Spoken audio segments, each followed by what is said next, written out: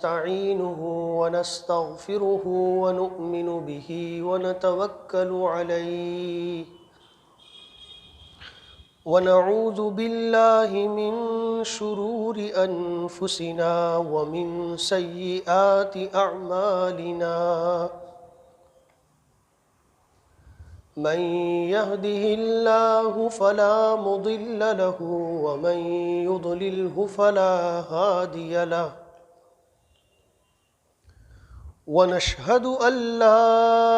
إله إلا الله وحده لا شريك له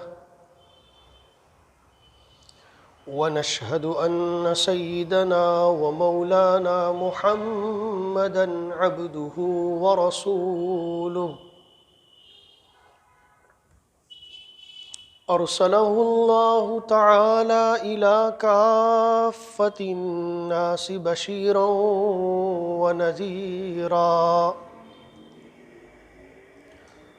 وداعيا إلى الله بإذنه وسراجا منيرا صلى الله تبارك وتعالى عليه وعلى آله وأصحابه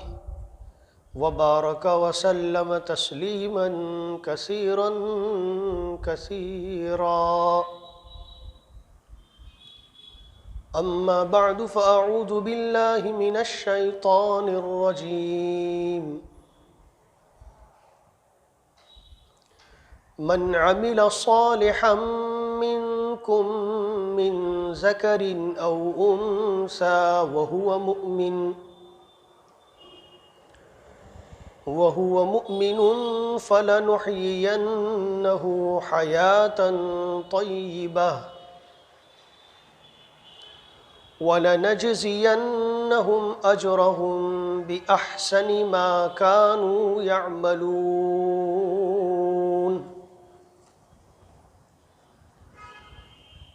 صدق اللہ مولانا العظیم۔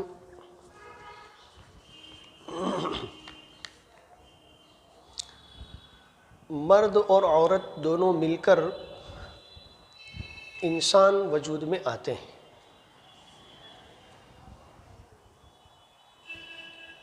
اللہ تبارک و تعالیٰ نے انسانیت کے یہ دونوں جوڑے، مرد اور عورت، دونوں کو مختلف قسم کی خوبیوں سے مالا مال فرمایا ہے۔ انسانی زندگی آج جتنی ترقی کر کے ہم تک پہنچی اور ہم جس زندگی کو دیکھ رہے ہیں اس میں مردوں کا بھی بڑا کردار رہا ہے اور عورتوں کا بھی بڑا رول رہا ہے۔ مردوں کی صلاحیتیں لگی، عورتوں کی بھی صلاحیتیں لگی، تب جا کر انسانی زندگی اتنی آسان بنی اور اتنی بہترین بنی۔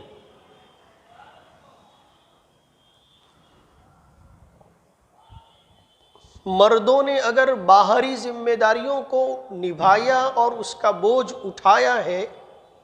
تو عورتوں نے گھریلو ذمہ داریوں کو نبھایا اور اس کے بوجھ کو اٹھایا ہے۔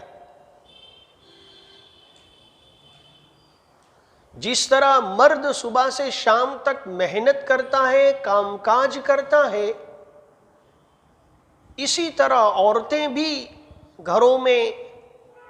گھریلو کاموں میں صبح سے شام تک مشغول رہتی ہیں، اور یوں مرد اور عورت دونوں کی محنتوں کے نتیجے میں انسانی زندگی سہولت کے ساتھ گزر رہی ہے۔ مرد اگر اپنی ذمہ داریوں کو نبھانا چھوڑ دیں تو بھی معاشرے میں فساد پیدا ہو جائے، زندگیوں کا گزارنا دشوار ہو جائے۔ اسی طرح سے اگر عورتیں بھی اپنی گھریلو ذمہ داریوں کو نبھانا چھوڑ دیں، بچوں کی تربیت کرنا چھوڑ دیں، بچوں کی پرورش کرنا چھوڑ دیں، گھریلو کام کاج انجام دینا چھوڑ دیں، تو بھی انسانی زندگی دشوار ہو جائے گی اور ہم اپنی سہولتوں کو حاصل نہیں کر سکیں گے۔ گویا ہماری اس زندگی کو آسان اور سہولت والی بنانے میں جیسے مرد کا ایک حصہ ہے، عورت کا بھی حصہ ہے، دونوں کی محنتوں اور قربانیوں کے نتیجے میں انسانی زندگی عافیت والی، سہولت والی، آسانی والی بنتی ہے۔ چنانچہ کتابوں میں لکھا ہے کہ ابتدائی انسانیت میں جب انسانیت کی ابتدا ہوئی، آدم علیہ السلام، ان کی اہلیہ حضرت حوا علیہ السلام، اور اسی طریقے سے ان کی اولاد، ان کے بیٹے اور بیٹیاں یہ جو زندگی گزارتے تھے، تو اس میں مردوں نے باہری کام کاج کی ذمہ داری اٹھا لی تھی، عورتوں نے گھریلو کام کاج کی ذمہ داری اٹھائی ہوئی تھی۔ مرد اگر صبح کو نکل کر شام تک اور رات تک دور دور تک شکار کی تلاش میں نکلتا اور شکار کر کے اپنے گھر لاتا، اپنے پریوار کو کھلاتا، تو عورتیں گھروں میں بیٹھی نہیں رہتی تھیں، بلکہ اس وقت میں عورتوں نے کھیتی باڑی کی محنت شروع کی۔ اللہ تعالیٰ نے یہ کھیتی باڑی والی صفت، کھیتی باڑی والا کام، جس کو آج ڈیولپ ہو کر ایگریکلچر لائن کہتے ہیں، اس کی ابتدا اللہ تعالیٰ نے عورتوں سے کروائی ہے۔ وہی معمولی پیڑ پودے جو اللہ کے اگائے ہوئے تھے ابتدائی درجے کے، ان میں سے ہی کچھ بیجوں کو عورتوں نے اپنے گھروں کے ارد گرد لا کر بونا شروع کر دیا۔ انہوں نے سوچا کہ ان پھلوں کو حاصل کرنے کے لیے دور تلاش کرنے جانا پڑتا ہے، تو بہتر یہ ہے کہ ہم گھر کے قریب ہی ان کے بیج کو بو لیں، اور ہمارے گھر کے قریب میں ہی یہ پھل فروٹ اور یہ پیڑ پودے ہمیں مل جائیں تو کتنا اچھا ہو جائے، مکان بھی آباد ہو جائے گا، گھر یہ بھی ٹھنڈک اور خوشحالی والا ہوگا، پھل فروٹ اور پیڑ پودے نزدیک میں مل جائیں گے۔ تو عورتوں نے لکڑیوں کو کاٹ کر لانا اور ایندھن اور برتن کے لیے سوختہ جلانے کے لیے لکڑیوں کا لانا، اور اسی طریقے سے یہ پیڑ پودوں کا اپنے گھروں کے قریب بیج بو کر کے اپنے گھر کے ارد گرد کے ماحول کو ہریالہ بنانا، یہ عورتوں نے شروع کیا۔ بس اسی کو پھر مردوں نے ڈیولپ کر کے آگے بڑھایا، اور کھیتی باڑی کا، ایگریکلچر شعبے کا ایک فن وجود میں آ گیا، جس کی ابتدا عورتوں سے ہوئی ہے۔ پھر انہی عورتوں نے انہی پیڑ پودوں کی بعض چیزوں کو اپنی بعض بیماریوں میں استعمال کرنا شروع کیا، جس کے نتیجے میں جڑی بوٹی کی شروعات بھی یہاں سے ہوئی، اور اللہ تعالیٰ نے عورتوں کے ذریعے سے اس فن کو بھی ڈیولپ کرایا، اور آگے چل کر یہ ایک بڑا میڈیکل سائنس بن گیا۔ اور آج بھی آپ دیکھیں بہت سے دیہات ایسے ہیں جہاں پر کوئی پرانی بوڑھی عورت ہوتی ہے، وہ اپنے گاؤں کے مریضوں کو نسخے بتاتی ہیں، اور آج بھی بعض اخبار میں کولم آتے ہیں،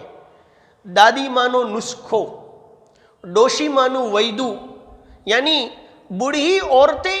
اس زمانے سے ہی گویا نسخے بتلاتی اور استعمال کراتی آئی ہیں۔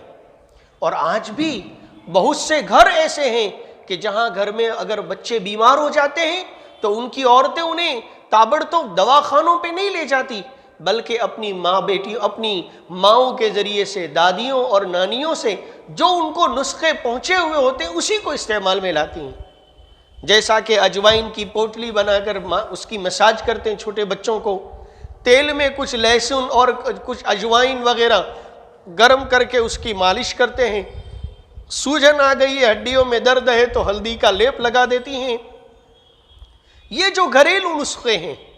یہ عورتوں کی تلاش ہے، عورتوں کی ایجاد ہے، عورتوں کی پروڈکشن ہے۔ اللہ تعالیٰ نے انہیں وہ خوبی عطا فرمائی تھی، وہ صلاحیت عطا فرمائی تھی، جس کے نتیجے میں ان کے ذریعے سے یہ ڈپارٹمنٹ، یہ فن وجود میں آیا۔ اسی طریقے سے جانوروں کا پالنا، ان کو دوہنا، ان کا دودھ نکال کر اس کو آگے گھی بنانا، پنیر بنانا، مکھن اور مسکا تیار کرنا،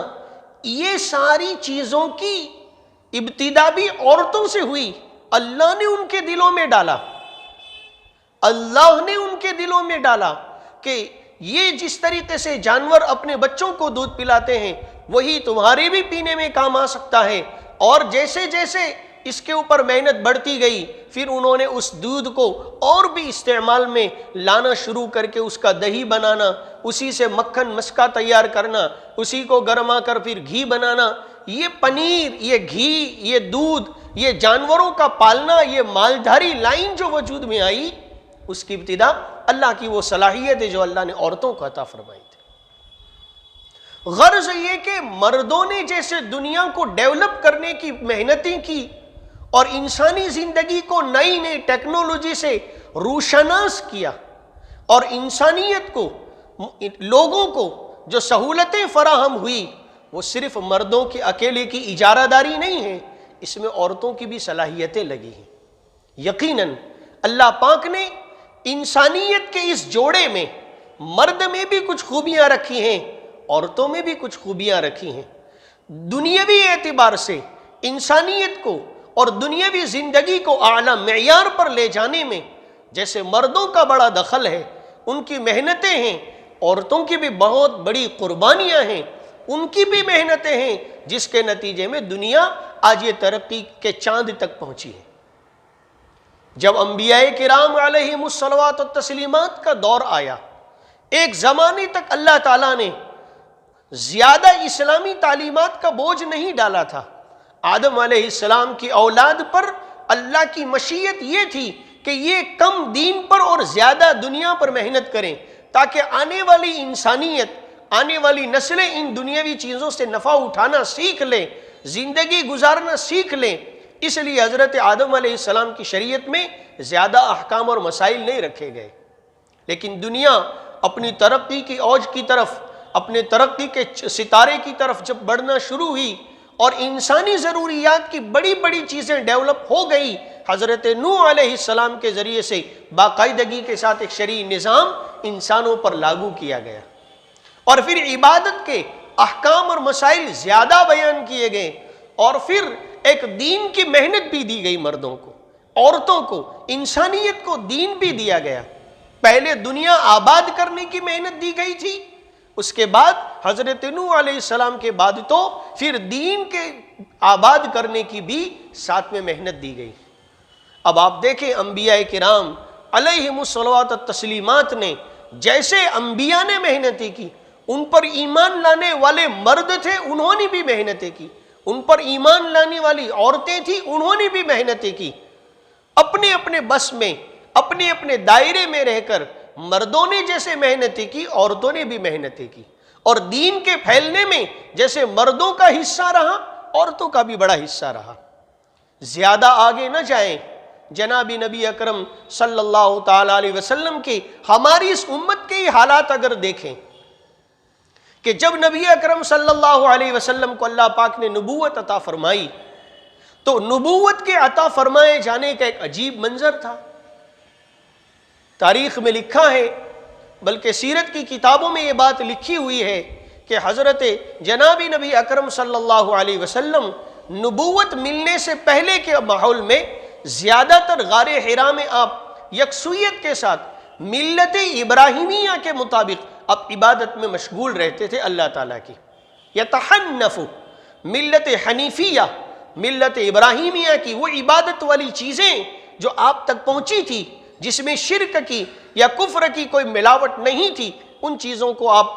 بجا لاتے اور غار حرا میں آپ عبادت کرتے رہتے.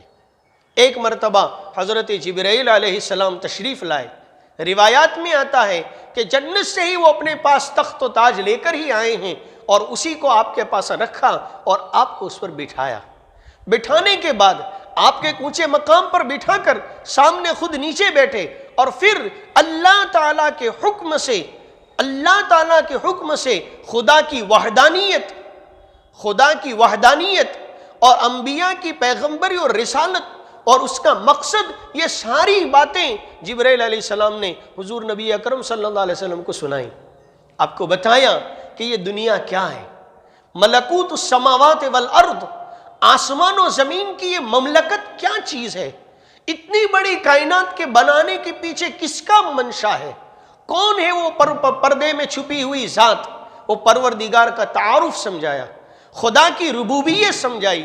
خدا کی وحدانیت سمجھائی، اور پھر یہ بھی سمجھایا کہ اللہ پاک نے انسانیت کی رہبری کے لیے نبوت والا، رسالت والا سلسلہ شروع فرمایا، اور اس طرح کے ایسے ایسے بڑے بڑے جلیل القدر انبیاء کرام دنیا میں تشریف لائے،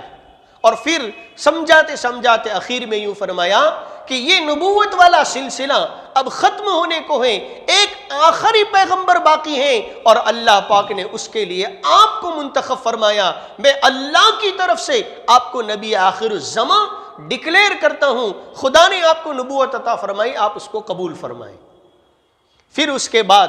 اس طرح سے جب نبی اکرم صلی اللہ علیہ وسلم کو خدا کی وحدانیت، توحید کا علم، صفات باری تعالیٰ کا علم، اللہ کی ربوبیت والا علم، اللہ کی بادشاہت والا علم، خدا کی بندگی اور خدا کے خالق کائنات ہونے والا علم، یہ ساری چیزیں جب آپ کو معلوم ہو گئی، نبوت والا سلسلہ، رسالت والا سلسلہ آپ کو سمجھا دیا گیا، آپ کو ان ساری باتوں پر ایمان قبول کروایا گیا، پھر آپ کو اپنا نبی ہونا بتلایا گیا، اس کے بعد آپ کو یوں کہا اب آپ بھی اپنی نبوت پر ایمان قبول کیجئے، خدا پر بھی ایمان، اپنی نبوت پر بھی ایمان، اور پھر یوں کہا کہ اب سے آپ اللہ کی طرف سے نبی ہیں، اور آپ کو دبوچا اور کچھ چیزیں منتقل فرمائی آپ کے سینے میں، اور اس کے بعد آپ سے وہ اقرا والا مضمون کہ پڑھیے، آپ کہنا چاہ رہے تھے کہ میں کیسے پڑھوں، عجیب و غریب حیرت کی کیفیت میں ڈوبا ہوا ہوں، مجھے کچھ سمجھ میں نہیں آ رہا، تم کہہ رہے ہو پڑھو، میں کیسے پڑھوں، پڑھ نہیں پا رہا ہوں، بار بار کے سوال و جوابات، اور اس کے بعد پھر اقرا بسم ربک الذی خلق والی آیت کے چند آیتوں کی وحی، اور پھر اس کو آپ کی زبان پر پڑھوانا اور جاری کرنا، یہ جو سب باتیں ہوئیں جس کی بنا پر جناب نبی اکرم صلی اللہ علیہ وسلم بہت زیادہ حیرت میں پڑ گئے تھے، عجیب و غریب معاملہ ہو گیا تھا، اس لیے کہ پہاڑ کی غار میں، پہاڑی کی گفا میں، اونچی جگہ پر جہاں کوئی آتا نہیں تھا، اچانک ایک عجیب و غریب نورانی شکل والے ایک فرشتے کا ظاہر ہو جانا، اور پھر اللہ کی یہ ساری باتیں جو کبھی نہیں سنی وہ ایک ساتھ آپ پر الہام فرمانا، آپ کے دل میں القاء کرنا، اور پھر نبوت والا سلسلہ سمجھانا، اور پھر نبی بنائے جانے والا معاملہ پیش آنا، اور پھر ان کا دبوچنا، اتنا دبوچنا کہ جناب نبی اکرم صلی اللہ علیہ وسلم فرماتے تھے کہ جبرائیل نے مجھے جب دبوچا اور دبایا تو اتنا دبایا کہ مجھے ایسا لگتا تھا کہ شاید میں دم توڑ دوں گا۔ ظاہر سی بات ہے کہ ایسی عجیب و غریب گھٹنا جب آپ کے پاس ساتھ پیش آ گئی تو آپ کی طبیعت پہ اس کا اثر ہو گیا، کیونکہ ظاہری شکل میں اللہ پاک نے آپ کو بھی ہم انسانوں کی طرح بشر ہی تو پیدا فرمایا تھا، گو رتبے میں وہ کل کائنات سے بڑے، خدا کے بعد انہی کا درجہ اتنے بڑے مقام کے تھے، مگر تھے تو بشر ہی نا، اور بشر کا ان اچانک پیش آنے والے حالات سے متاثر ہو جانا ایک فطری بات ہے۔ بہت سی مرتبہ ہم گھر میں اکیلے ہوتے ہیں، اچانک کسی کی آواز آتی ہے یا سانپ نکل آتا ہے تو ہم کتنے ڈر جاتے ہیں، کتنے گھبرا جاتے ہیں، یا کوئی اور اچانک کسی جن کی حاضری ہو جاتی ہے تو ہم کتنے گھبرا جاتے ہیں، بخار چڑھ جاتا ہے، دماغ قابو میں نہیں رہتا، کیا سے کیا بکنے شروع کر دیتے ہیں، ہوتا ہے نا، آپ نے بھی اپنے گھروں میں ایسے معاملات دیکھے ہوں گے۔ تو ظاہر سی بات ہے کہ پیغمبر علیہ السلام کے ساتھ تو ایسے عجیب و غریب واقعات پیش آئے تھے، تو آپ کی طبیعت پر بہت زیادہ اثر تھا، کب کبھی آپ کے اوپر تاری تھی، ٹھنڈ لگ رہی تھی اور کب کبھی ہو رہی تھی، اسی حال میں تیزی سے گھر کو آئے اور گھر پر آ کر کہنے لگے زملونی زملونی، مجھے جلدی سے کمبل اور لحاف اڑھاؤ، مجھے عجیب و غریب کیفیت مجھ پر طاری ہو گئی، کچھ سمجھ میں نہیں آ رہا، مجھے ایسا لگ رہا ہے کہ شاید میں ہلاک ہو جاؤں گا، اب میری جان نکل جائے گی، کچھ سمجھ میں نہیں آ رہا۔ آپ کو معلوم ہے ایسے حالات میں اس بار نبوت کو کس نے تھاما ہے؟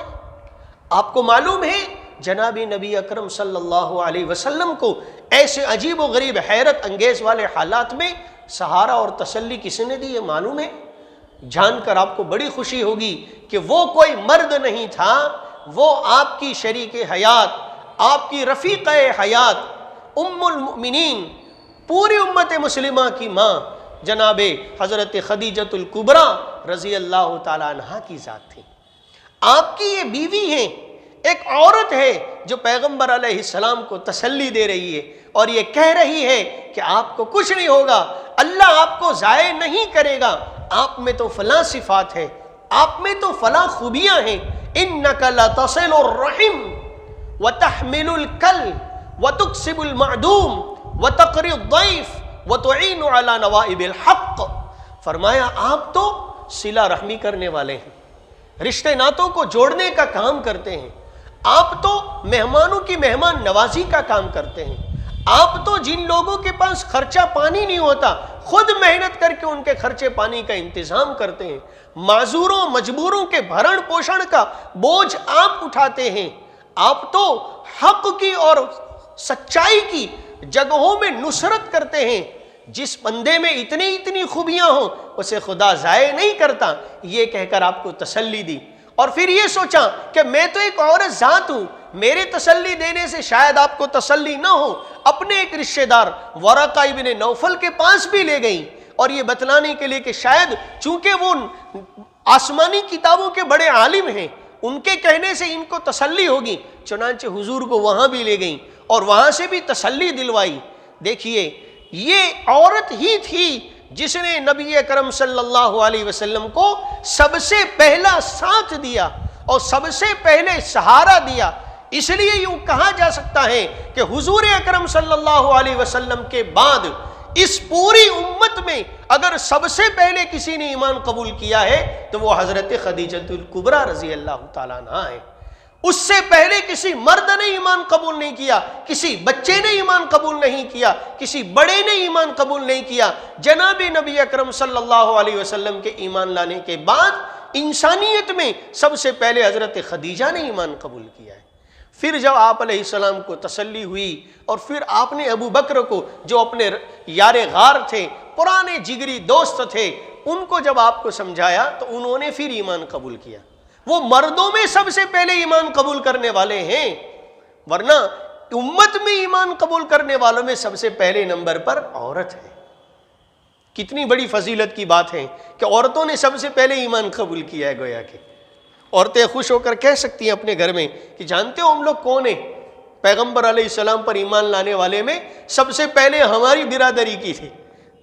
ہاں خیر، تو میں یہ عرض کر رہا تھا کہ جیسے دنیاوی زندگی کو ترقی پہنچانے میں، دنیاوی زندگی کو بہترین بنانے میں جیسے مردوں کا اکیلے کا کردار نہیں، مرد عورت دونوں نے مل کر محنت دی اور قربانی دی اور دنیاوی زندگی کو آگے بڑھایا، اسی طریقے سے دین کے پھیلانے میں بھی اکیلے مردوں کا کردار نہیں ہے، مردوں کی اجارہ داری نہیں ہے، بلکہ مردوں کے ساتھ ساتھ عورتوں کا بھی بڑا حصہ رہا ہے. سب سے پہلے ایک مثال تو آپ نے حضرت خدیجہ الکبریٰ ہی رضی اللہ تعالی عنہا کی ہی دیکھ لی کہ انہوں نے کتنا بڑا سہارا دیا آپ علیہ السلام کو. آپ علیہ السلام اگر ہمت ہار جاتے، بیمار پڑ جاتے تو کام لیٹ ہو جاتا، ملتوی ہو جاتا، لیکن تسلی بھی دی اور تسلی دے کر مزید تسلی کے لیے کسی اور کے پاس بھی لے گئیں جن پر اعتماد بھی تھا اور جو امانت دار بھی تھے اور صحیح علم بھی رکھتے تھے. انہوں نے بھی آپ علیہ السلام کو تسلی دی. تو نبوت کو آپ علیہ السلام کو قرار آیا، سکون پہنچا، راحت ہوئی، حوصلہ بندھا، آپ میں ہمت اور مزید بڑھ گئی کہ جو بوجھ مجھ پر ڈالا گیا وہ کوئی غلط چیز نہیں ہے بلکہ وہ برحق چیز ہے جو اللہ ہی کی طرف سے ڈالی گئی ہے، فرشتے کے ذریعے سے ڈالی گئی ہے، کسی جن کی کوئی شرارت نہیں ہے. پھر دیکھیے، پھر مردوں نے بھی ایمان جیسے جیسے قبول کیا وہ ایمان کو پھیلانے کی محنت میں لگتے. عورتیں بھی اپنے اپنے طور پر جب ایمان قبول کرتی تو اپنے دائرے میں رہتے ہوئے وہ بھی ایمان کو پھیلانے کی محنت کرتی تھی.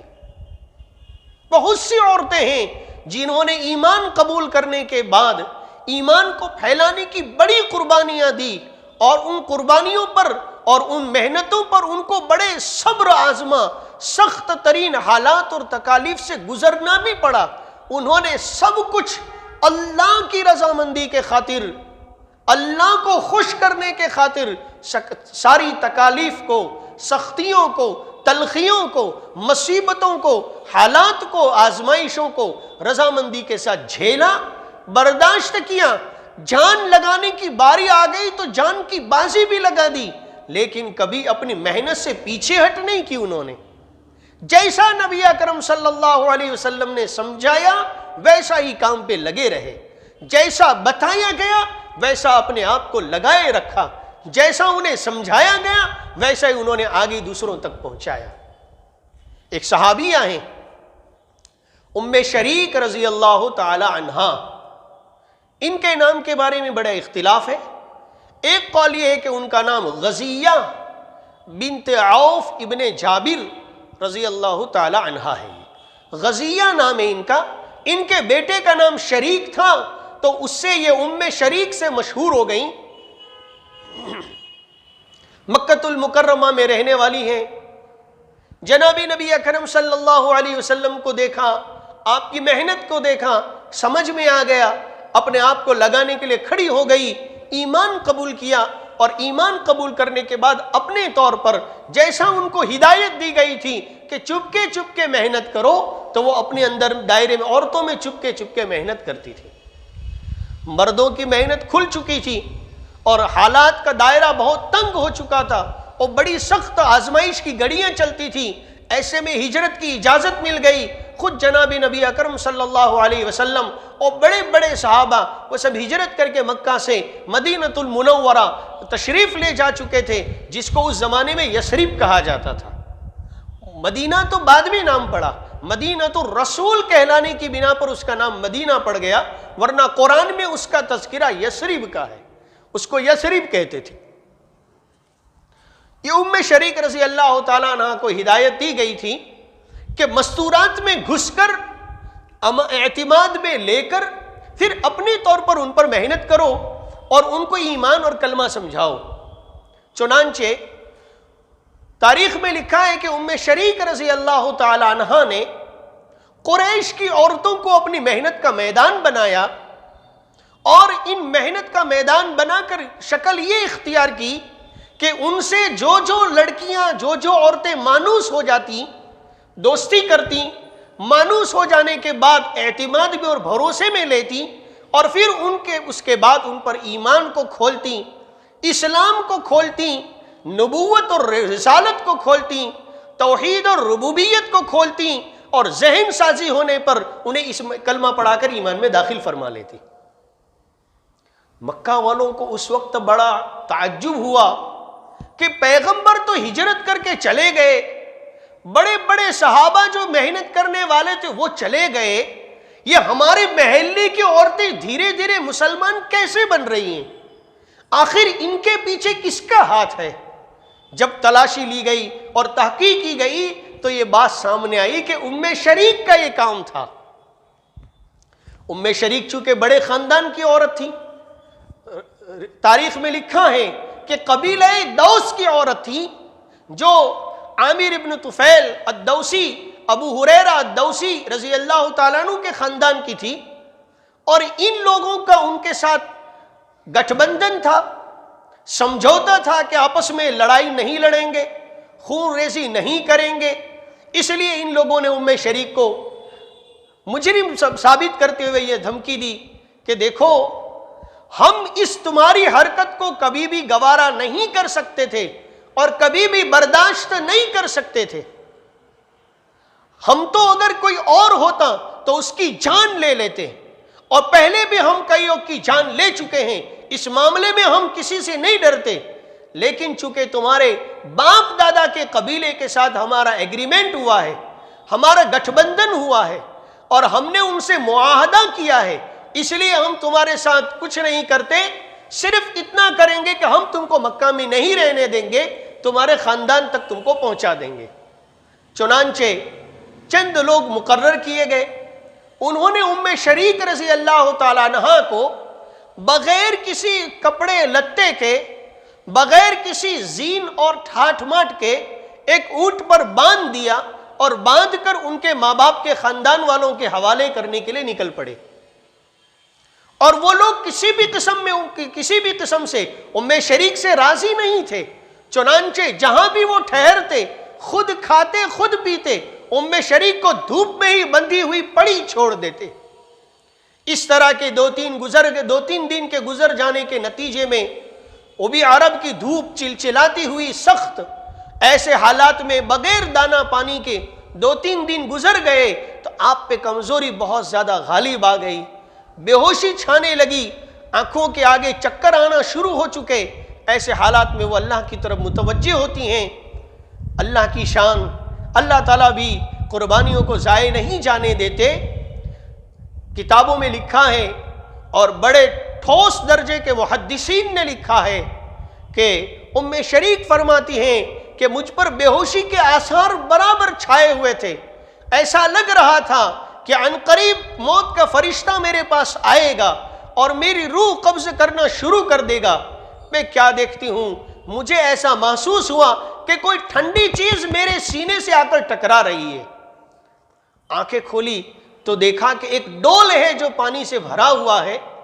اور وہ تھوڑا سا مجھے دیا گیا، چند گھونٹ میں نے پانی پیے تھے کہ وہ ڈول اٹھا لیا گیا۔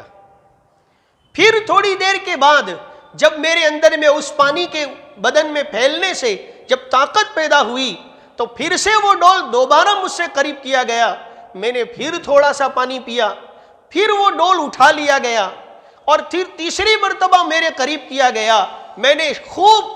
شکم سیر ہو کر پیٹ بھر کر کے اس کا پانی پیا، اور پانی پینے کے بعد اس کا بچا ہوا پانی میں نے اپنے جسم پر ڈال دیا، جس کے نتیجے میں مجھے ایک خاص قسم کی طاقت اور تندرستی بھی پیدا ہو گئی، ٹھنڈک بھی پیدا ہو گئی، اللہ کی بشارت پر اطمینان اور یقین بھی پیدا ہو گیا۔ قافلے والے جب اپنی ضروریات سے فارغ ہوئے تو ام شریک کے قریب ہوئے، دیکھا کہ یہ تو ایک دم تندرست ہو چکی ہے اور اس کے بدن میں بڑی تازگی پیدا ہو گئی ہے، انرجی فل چارج ہو گئی ہے اور یہ بھیگی ہوئی ہے۔ ان کو یہ خیال ہوا کہ اس نے ہمارے مشکیزیں کھول کر پانی استعمال کر لیا ہے، برا بھلا کہنے لگے اور ڈانٹنے لگے۔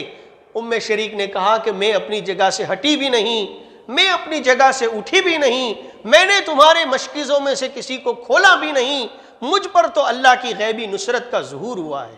انہوں نے تحقیق کے لیے اپنے مشکیزوں کو دیکھا، اپنے برتنوں کو دیکھا کہ جیسے تھے ویسے ہی ہیں اور کوئی چیز اس میں سے نہیں ہٹائی گئی۔ یہ منظر تھا، ان کے اوپر اسلام کی حقیقت کھل گئی، وہ سب کے سب مسلمان ہو گئے۔ تاریخ میں لکھا ہے کہ انہوں نے ام شریک کا اعزاز کیا، اکرام کیا اور کہا کہ ہم تو تمہیں تمہارے قبیلے کے حوالے نہیں کر سکتے، تم اگر یہاں سے ہجرت کر کے جانا چاہو تو چلی جاؤ۔ ام شریک اکیلی روانہ ہو گئیں، اکیلی دھیرے چل رہی ہیں، مدینہ المنورہ جانے کا ارادہ ہے۔ راستے میں ایک یہودی، ایک کپل گزر رہا تھا، وہ ملا، پوچھا کہاں جا رہی ہو؟ کہا میں مدینہ کی طرف ہجرت کرنے کے لیے جا رہی ہوں۔ انہوں نے کہا ہم بھی وہیں کے ہیں، چلو ہمارے ساتھ چلو۔ وہ یہودیوں کے ساتھ ہو گئیں۔ اللہ کی شان، ان لوگوں نے بھی ان کے ساتھ بہت زیادہ بدسلوکی کا برتاؤ کیا، لیکن اللہ نے وہاں بھی ان کی نصرت فرمائی، ان لوگوں سے بھی اللہ نے ان کے مکر و فریب سے بچایا اور ان کی جان سلامت ہوئی، اور پھر جناب نبی اکرم صلی اللہ علیہ وسلم کی خدمت میں پہنچ گئی۔ علماء نے لکھا ہے کہ آپ علیہ الصلوۃ والسلام ان کا بہت زیادہ احترام کرتے تھے، اور یہ جناب نبی اکرم صلی اللہ علیہ وسلم کے ساتھ بھی بہت زیادہ احترام اور عقیدت مندی کا برتاؤ رکھتی تھی۔ ایک مرتبہ انہوں نے ایک کپے میں، ایک گھی کے ڈبے میں کچھ گھی بھر کر کے اپنی باندی کے حوالے کیا کہ جاؤ حضور پاک صلی اللہ علیہ وسلم کی خدمت میں ہدیتاً پیش کر دینا۔ آپ نے وہ برتن خالی کیا، اور پھر جب وہ برتن خالی ہوتا ہے نا تو گھی اور تیل وغیرہ تھوڑا سا اندر رہ جاتا ہے، فرمایا باندی کو کہ یہ لے جاؤ اور ویسے ہی کھلا کا کھلا سیدھا رکھ دینا۔ جب ام شریک کچھ دیر کے بعد اپنے اس برتن کی طرف دیکھتی ہے تو پتہ چلتا ہے کہ وہ تو پورا گھی سے بھرا ہوا تھا۔ باندی کو بلا کہ میں نے تو تمہیں دینے جانے کو کہا تھا، کیوں یہ دے کر نہیں آئی؟ فرمایا کہ میں تو دے کر ہی آئی تھی، مگر پھر حضور نے لے کر جب خالی برتن ہوا اس میں سے تھوڑا جو گھی چپک رہتا ہے وہ آپ نے مجھے واپس دیا اور کہا کہ اس کو سیدھا ہی رکھ لینا، اللہ کی طرف سے برکت کا نزول ہوگا۔ لکھا ہے تاریخ میں کہ اسی برتن میں سے تھوڑا تھوڑا گھی نکالا جاتا تھا اور روزانہ استعمال کیا جاتا تھا۔ بچوں نے ایک مرتبہ پورے برتن کو الٹ دیا اور پورے برتن کو اوندا کر کے اندر سے سارا نکال لیا، اس کے بعد پھر نہیں آیا۔ حضور تک بات پہنچی، حضور نے فرمایا اگر سیدھا ہی رہنے دیتے اور پورا کا پورا الٹ کر خالی نہ کرتے تو پھر ہمیشہ کے لیے تمہاری نسلیں اسی میں سے کھاتی رہتی۔ بہت ہی عجیب عجیب ان کے واقعات ہیں۔ آپ کو تعجب ہوگا کہ امام بیہقی رحمت اللہ علیہ نے نبوت کی دلیل کے سلسلے میں ایک کتاب لکھی جس کو دلائل النبوہ کہتے ہیں، عربی میں بھی ہے اردو میں بھی ہے۔ اس میں ام شریک رضی اللہ تعالیٰ عنہ کے ان واقعات کو اور کرامات کو ذکر فرمایا اور باب قائم فرمایا، باب ما جاء فی ذکر کرامت ام شریک رضی اللہ تعالی عنہ۔ ام شریک کی وہ کرامتیں جو انبیاء کے برحق ہونے، جناب نبی اکرم صلی اللہ علیہ وسلم کے نبی صادق ہونے، سچے نبی ہونے کی نشانی اور دلیل بنتی ہے، یہ واقعات انہوں نے آپ اس میں جمع فرمائے ہیں۔ تو میرے کہنے کا مطلب یہ ہے کہ اللہ پاک نے جب دنیا دی تو عورتوں نے پیچھے نہیں رہیں اور دنیا کو ترقی پہنچانے میں مردوں کے شانہ بشانہ خوب محنتیں کی اور دنیا کو بہترین بنانے اور گھریلو زندگی کو آسان بنانے میں بڑی قربانیاں دی۔ پھر جب اللہ نے انہیں دین عطا فرمایا تو دین ملنے کے بعد بھی وہ پیچھے نہیں رہیں، بلکہ نبوت کو سہارا دینے، دین اسلام کو دور دور تک پھیلانے، دور دور تک پہنچانے میں انہوں نے بڑی قربانیاں دی اور اپنے دائرے میں رہتے ہوئے جیسی جیسی ان کو ہدایتیں دی جاتی تھی، جیسی ان کو تعلیم دی جاتی تھی، ایسی ہی وہ انہوں نے محنتیں کی اور دین کو بھی پھیلانے میں پورا پورا حصہ لیا اور مردوں سے پیچھے نہیں رہیں، بلکہ ہمیشہ اپنے بس کی محنت کر کے جان لگا کر کے دنیا سے گئے اور اپنے ان گنت قربانیاں جو مٹنے والی نہیں ہیں وہ اپنے لیے روک چھوڑ کر کے گئے دنیا سے۔ ایک ہم ہیں، اللہ نے ہمیں بھی انہی مرد عورت کی قسموں میں پیدا فرمایا، ہم میں سے بعضوں کو مرد بنایا، بعضوں کو عورت بنایا۔ دین ہمارے لیے بھی ہے، دنیا جیسے ہمارے لیے ہے دین بھی ہمارے لیے ہے، اور جیسے مرد دنیا میں محنت کرتا، عورت دنیا میں محنت کرتی، دین کے بارے میں بھی دونوں کو محنت کرنی ہے۔ مرد اپنے دائرے میں رہ کر کریں گے، عورتیں اپنے دائرے میں رہ کر کے کریں گی۔ لیکن ہوتا یہ ہے کہ ہمارے اندر بھی اللہ نے جیسے خوبیاں رکھی ہیں، کچھ ہم سے کمیاں اور کوتاہیاں بھی ہوتی رہتی ہیں۔ بالخصوص ایک مرتبہ جناب نبی اکرم صلی اللہ تعالی علیہ وسلم نے عید کے موقع پر مردوں میں خطبہ دیا، نماز پڑھائی، نماز پڑھانے کے بعد پھر آپ عورتوں کی طرف تشریف لے گئے اور عورتوں کی طرف تشریف لے جانے کے بعد یوں فرمایا کہ اے عورتوں کی جماعت، یا معشر النساء، اے عورتوں کی جماعت۔ گویا یہ مستورات کے لیے خصوصی بیان تھا، مستورات کو خصوصی ہدایت اور تعلیم دینی تھی۔ آپ نے خصوصی طور پر انہیں سمجھانے کے لیے فرمایا کہ اے عورتوں کے گروہ، اے عورتوں کی جماعت، صدقہ نکالو، صدقہ۔ اس وقت آپ نے ان سے چندہ کیا اور صدقے کا حکم دیا۔